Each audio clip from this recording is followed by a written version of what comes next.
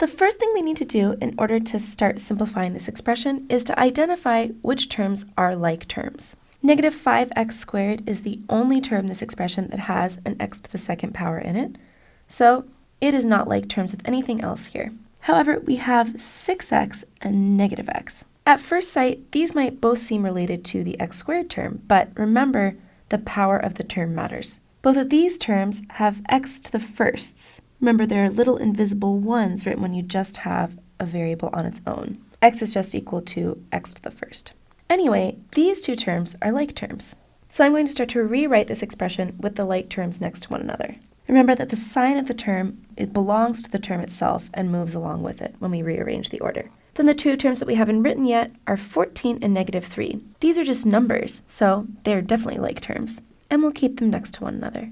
Now that we've identified which terms are like terms, it's time to combine those like terms. So negative 5x squared stays by itself, since we can't combine it with anything else. For the x to the first terms, we end up with a new coefficient of 6 minus 1, or 5, so plus 5 times the variable, which is x.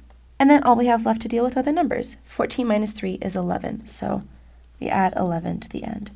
Once we've written down our final expression, we can check and make sure that none of the terms in it are like terms with one another. That is, we only have one term of each type in the final expression. This is an x squared term, this is an x to the first term, and this is a constant term. So there's nothing more that we can combine. That means that we've reached the final stage of our simplification. Awesome.